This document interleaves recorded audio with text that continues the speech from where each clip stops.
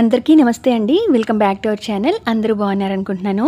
ఇవాల్టి వీడియోలో మార్చి 29వ తారీఖు మనకి సూర్యగ్రహణం కదా. ఈ గ్రహణం పట్టు విడుపు సమయాలేంటి, అలాగే గర్భిణీ స్త్రీలు తీసుకోవాల్సిన జాగ్రత్తలు ఏంటి, మనము ఈ నియమాలు ఏదైనా గ్రహణం తాలూకు నియమాలు పాటించాలా, మరి మరుసటి రోజే మనకి ఉగాది కూడా, మరి ఇంటిని పూజా గదిని ఎప్పుడు శుభ్రం చేసుకోవాలి, ఇవన్నీ కూడా పూర్తి వివరాలతో ఈ వీడియోని షేర్ చేస్తున్నాను. మనకి ఈ సంవత్సరంలో వచ్చిన రెండవ గ్రహణం అయితే, మొదటిది హోళీ పండుగ రోజు మార్చి 14న చంద్రగ్రహణం వచ్చింది. ఇది మొట్టమొదటి సూర్యగ్రహణం అనమాట ఈ 2025వ సంవత్సరంలో.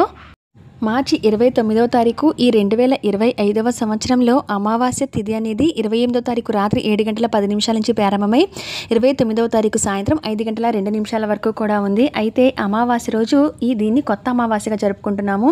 లక్ష్మీదేవి అమ్మవారికి గ్రామదేవతని ఆరాధించి అతి ప్రత్యేకమైన రోజు. మరి ఈ రోజే పాక్షిక సూర్యగ్రహణంగా ఈ సూర్యగ్రహణం ఏర్పడింది. దీన్ని రాహుగ్రస్త సూర్యగ్రహణంగా పిలుస్తున్నారనమాట. ఫాల్గుణ బహుళ అమావాస్య రోజు ఈ మార్చి 29వ తారీఖు ఈ అమావాస్య రోజు మనకి ఈ సూర్యగ్రహణం ఉంది. అయితే ఈ పట్టు విడుపు సమయాలు ఏంటి అని అంటే, మనకి మన నియమాల ప్రకారం అంటే మన కాలమానం ప్రకారం మధ్యాహ్నం 2:20 నుంచి సాయంత్రం 6:18 వరకు కూడా మనకి సూర్యగ్రహణం కాలం అనేది ఉంది. మరి ఈ కొత్త అమావాస్య రోజు మరొక ప్రత్యేకత ఏంటి అంటే, శని అమావాస్య కూడా అండి. అంటే కుంభరాశి నుండి మీనరాశిలోకి శని సంచారం జరుగుతుంది. అందుకనే దీనిని శని అమావాస్య అని కూడా అంటూ ఉంటారు.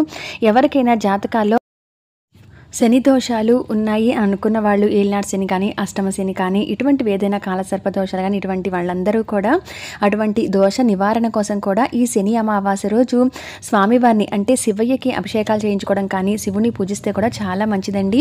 దీన్ని ఏంటంటే, మనకి గ్రహణ సమయంలో ప్రకృతిలో చాలా మార్పులు అనేవి ఉంటూ ఉంటాయి కాబట్టి గర్భిణీ స్త్రీలు కూడా తప్పనిసరిగా జాగ్రత్తలు అనేవి తీసుకోవాల్సి ఉంటుంది. భూమికి సూర్యునికి మధ్య చంద్రుడు వచ్చినప్పుడు భూమి మీద కొంత భాగానికి సూర్యుడు పూర్తిగా కానీ పాక్షికంగా కానీ కనబడకుండా పోవడాన్ని సూర్యగ్రహణం అనుకుంటాం కదా. అయితే ఈసారి పాక్షిక సూర్యగ్రహణం కాబట్టి మన ఇండియాలో అంటే మన దేశంలో అయితే ఎటువంటి గ్రహణ నియమాలు పాటించిన అవసరం లేదు. అంటే మనం సహజంగా గ్రహణము అని అంటే ముందుగానే తినటం కానీ, ఏదైనా నిల్వ పదార్థాల మీద దర్భపుల్లలు వేసుకోవడం కానీ, గర్భిణీ స్త్రీలు జాగ్రత్తలు తీసుకోవడం కానీ, పట్టు స్నానం చేయటం, విడుపు స్నానం చేయటం, అలాగే ఈ గ్రహణ సమయం అయిన తర్వాత ఇంటిని పూజా గదిని శుభ్రం చేసుకోవటం, ఆ తర్వాత పూజాది కార్యక్రమాలు నిర్వహించుకోవటం, ఇవన్నీ కూడా గ్రహణ సమయంలో మనం పాటించేవి. అయితే ఈసారి వచ్చిన ఈ పాక్షిక సూర్యగ్రహణం మనకి భారతదేశంలో కనబడదు కాబట్టి మనం ఎటువంటి నియమాలు పాటించిన అవసరం లేదు. కాకపోతే గర్భిణీ స్త్రీలు కొన్ని జాగ్రత్తలు తీసుకుంటేనే మంచిదండి. ఎందుకనంటే మన దేశానికి అంటే కనబడకపోయిన సూర్యగ్రహణం ఆ సమయంలో ఇంట్లో ఉన్న రెస్ట్ తీసుకున్న ప్రెగ్నెంట్ లేడీస్ ఎవరైతే ఉన్నారో వారు తప్పనిసరిగా గ్రహణం పట్టే సమయానికి 2 గంటలు ముందుగానే తినటం, అంటే గ్రహణం పట్టే సమయానికి వాళ్ళు తిన్న ఆహారం అనేది డైజెషన్ అయిపోయి ఉండాలి. సో దాని ప్రకారం ప్లాన్ చేసుకొని ముందుగానే ఆహారం తీసుకోవటం, ఆ గ్రహణ టైంలో బయటికి రాకుండా ఉండటం, సాధ్యమైనంత వరకు ఇల్లంతా కూడా డోర్స్ అన్నీ కూడా వేసుకుని గ్రహణ కిరణాలు ఏవైతే ఉంటాయో అవి లోపలికి ప్రవేశించకుండా చూసుకోవటం, కుదిరితే కనుక ఆ సమయంలో ఒక పక్కకి తిరిగి పడుకోవడం కూడా చేస్తే చాలా మంచిది. ఇవి సహజంగా గ్రహణ టైంలో మనం పాటించేవి ప్రెగ్నెంట్ లేడీస్ అందరూ కూడా. కానీ ఈసారి మనకి ఆ గర్భిణీ స్త్రీలు తీసుకోవాల్సిన జాగ్రత్తలు ఏమీ లేవు. కానీ కొంతమంది ఉద్యోగరీత్యా బయటకు వెళ్ళే వాళ్ళు నిరభ్యంతరంగా వెళ్ళొచ్చు, వాళ్ళు ఏవైనా పనులు చేసుకోవచ్చండి. కానీ ఇంట్లో ఆల్రెడీ ఉండి ఎవరైతే రెస్ట్ తీసుకున్న ప్రెగ్నెంట్ లేడీస్ ఉన్నారో సాధ్యమైనంత వరకు మనకు బయట పని ఏది వెళ్ళరు కాబట్టి అటువంటి వాళ్ళందరూ మీరు ఆ టైంలో లలితా సహస్రనామం కానీ, లేదా తులసి అమ్మవారిని ప్రార్థించడం కానీ, మణిద్వీపవనం చదువుకోవటం కానీ, ఏదైనా అమ్మవారి స్తోత్రాలు, స్వామివారి స్తోత్రాలు వినటం కానీ చదవటం కానీ చేస్తే చాలా మంచిది.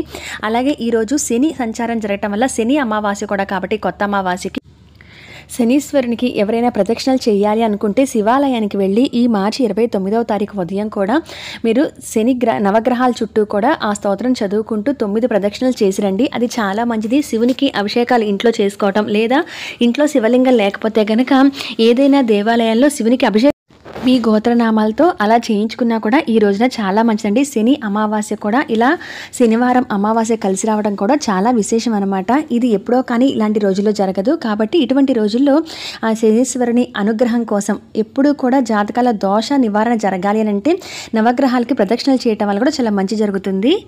మరి ఈ రోజున కొత్త అమావాస్య అండి, మార్చి 29వ తారీఖు. అందరూ కూడా అమ్మవారికి పూజ చేసుకుంటూ ఉంటారు. రోగాల బారి నుండి బయటపడటం కోసం, ఆయురారోగ్యాలు, సిరి సంపదల కోసం కొత్త అమావాస్య లక్ష్మీ పూజ చేసుకుంటారు. గ్రామదేవతకి నైవేద్యం చెద్దిని పెట్టి పూజని చేసుకోవడం జరుగుతుంది. అయితే ఇంటిని పూజా గదిని శుభ్రం చేయడం కోసం మనకి అమావాస్య తిథి అనేది మనకి 29 ఉదయం అంతా కూడా అమావాస్య ఉంది కదా, ఈ లోపల ఇంటిని శుభ్రం చేసుకుని పూజకు సిద్ధం చేసుకొని ఉంటారు. ఒకవేళ ఏదైనా మీకు అమావాస్య పట్టింపు లేదని అనుకున్నా, లేదా మేము గ్రామదేవత పూజ అటువంటివి ఏమి ఇంట్లో చేయట్లేదు, కానీ మాకు పీరియడ్ ప్రాబ్లం వల్ల లేకపోతే మరేదైనా కారణాల వల్ల ఇంటిని పూజా గదిని శుభ్రం చేసుకోవాలనుకున్నా. కొంతమంది అడుగుతుంది ఏంటంటే అమావాస్య తిథి అనేది వచ్చిన తర్వాత ప్రతి నెల అమావాస్య తర్వాత మేము క్లీన్ చేసుకుంటూ ఉంటాము. మరి ఈసారి గ్రహణం అంటున్నారు కదా అన్నారు. మనకి అంటే మన భారతదేశానికి ఈ గ్రహణ నియమాలు ఏవి వర్తించవు కాబట్టి గ్రహణం తాలూకు క్లీనింగ్ అయితే మనం ఏమి చేసుకోని అవసరం లేదండి. కానీ ఎవరికైతే ఈ లోపు ఇల్లు క్లీన్ చేసుకోలేదో మరుసటి రోజు మనకి కొత్త ఉగాది కదా, చైత్రశుద్ధ పాడ్యమి, మన తెలుగు నూతన సంవత్సరం ఉగాది మనకి. కాబట్టి మీరు ఏం చేస్తారంటే